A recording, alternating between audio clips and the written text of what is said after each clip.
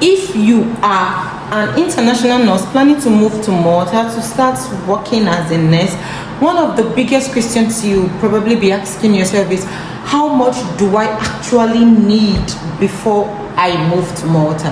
Moving to a new country is very exciting, but it's also a very huge financial decision. People focus on just getting the job, getting their visa, getting their documentation right, and they forget that there are some expenses you will be making before you will start earning. So in this video, I'll be breaking down the real costs you will need to consider before packing your bags to move to Malta.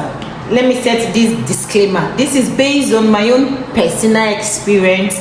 Yours can be higher or lower than mine.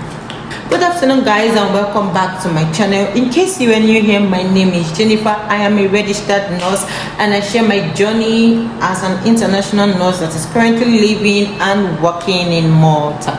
So to the big question, how much money do you need to have for you to be able to move to Malta to start working as an international nurse? Honestly, there is no one fixed amount because it depends on your situation. From my own personal experience, I will advise an international nurse coming to Malta to have at least 2,500 euros to 4,000 euros in their account before coming to Malta, provided they already have a clear job pathway. You should cover your flights, your accommodation, which of course you're going to pay deposits, and your first rent, and this should be able to cover your feeding as well. And in some cases, depending on where you get an accommodation, this amount can be able to sustain you for 2 to 3 months to pay your rent. Depends on the kind of room you get. Most important thing here is to come with enough money that will help you, give you time to breathe before you settle in. So let's dive into the video properly. The first expense you're going to make is your flight ticket. Price will depend on where you are traveling from and the season, and also how early you book your ticket. For me, coming to Malta, my flight ticket was one of the things I had to plan. My little advice is don't wait until the last minute before you book your ticket, because the prices usually go up. If you have your relocation date already, book your tickets immediately. Don't wait till the last minute, and if it's the busy season or the peak season, the ticket will be very expensive. The second major expenses you're going to be making is on your documentation and professional requirements. Before you can start working as a nurse in Malta, there are some professional and administrative steps you must consider. Depending on your background, you will need money for qualification recognition, documents preparation, translation or certification of your documents, English language tests, professional registration process, visa or work permit related expenses. Remember, moving to Malta to work as a nurse is not just all about buying tickets and coming to Malta. There are other processes, there are other steps you need to follow. For nurses coming outside the EU, it is important to research the requirements early, because most people may need additional steps before employment. The third expenses you're going to consider is your accommodation, because this is one of the biggest expenses when moving to Malta. You should consider keeping money aside for your rent, of which you will pay. If your rent is 500, your deposit will be 500, and peradventure you used an agency while getting the house, you're going to pay agency 50% of the amount you paid for the house. So for example, if your house is 500 euros per month, you're going to pay a deposit of extra 500, that's 1,000 euro. Then you're going to pay agency. So most agencies will take 50% of your rent. So if your rent is 500, be expected to pay an agency fee of 250 euros. Also, the amount you pay for your house depends on the location, season, because houses are more expensive during summer season, and depending on the condition of the building, if it's new or if it's been used before, so the prices will be different. So for single rooms, prices for single rooms start from 450 and above, where prices for shared room, you can see a shared room bed space for 200, 250, 300, 350, depending on what you're looking for. There's something called en-suite. En-suite, for example, if this is a 3-bedroom apartment, one of the rooms will be en-suite, meaning it has its own toilet and bathroom in the room, while the 2 other rooms will share one toilet. So that's en-suite. While some en-suites, you can get them from 600, from 550 euro, from 500, 550, 600 for en-suites.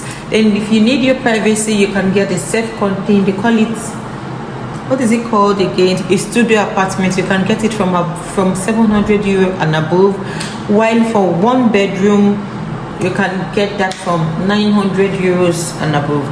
However, these prices are not fixed.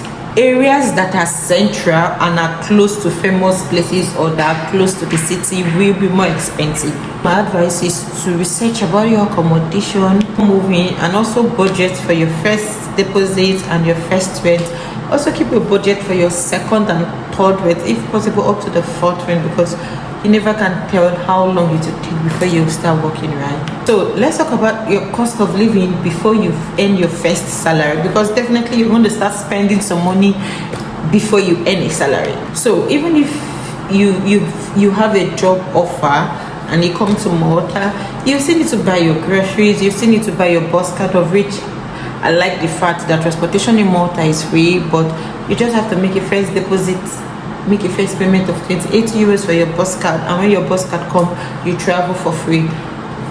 You budget for your internet, you have to get the SIM card, buy data, and some personal stuff. Maybe you want to go shopping to get new pairs of clothes. This few months might not look exactly how you imagined it to be, but having savings will help reduce your stress. When I first came, I didn't prepare myself emotionally, mentally, and financially. I thought I will settle in easily or immediately, but mine took time. So we've talked about your flights, money for your documentation, money for your accommodation, money for your personal expenses. Now let's talk about emergency funds. My biggest advice to anyone moving abroad is, please don't come with your last card. Don't come with your last card. To have emergency funds. Why? Because unexpected things happen. Experience delay with your accommodation, change in employment, challenges. Simply, you just need an extra time to adjust. So don't just calculate your cost or what you will spend when you arrive. Calculate how much you will need before things become stable. So that's why I said the 2,500 to 4,000 euros might be more or might be less depending on your goal. Moving abroad is not just a financial decision, it's also an emotional decision. You need to prepare yourself for unexpected changes. The first job might not be your dream job. Things may not happen exactly the way you planned them to be. You will definitely have moments where you will question your decision of coming abroad, but preparation will make your journey easier. Moving to Malta has taught me that patience, proper planning, and resilience are very, very important. If you're planning to move abroad, do your research, prepare for unexpected changes, and have a lot of savings. So when coming, have realistic expectation. This video is giving you a realistic of the financial preparation you would need before moving to Malta as an international nurse. If you're already in Malta, let us know in the comment section what was your biggest expenses. If you're planning to move to Malta, you can leave your questions in the comment section. Don't forget to subscribe for videos about nursing, education, and life in Malta. Bye. See you in my next video.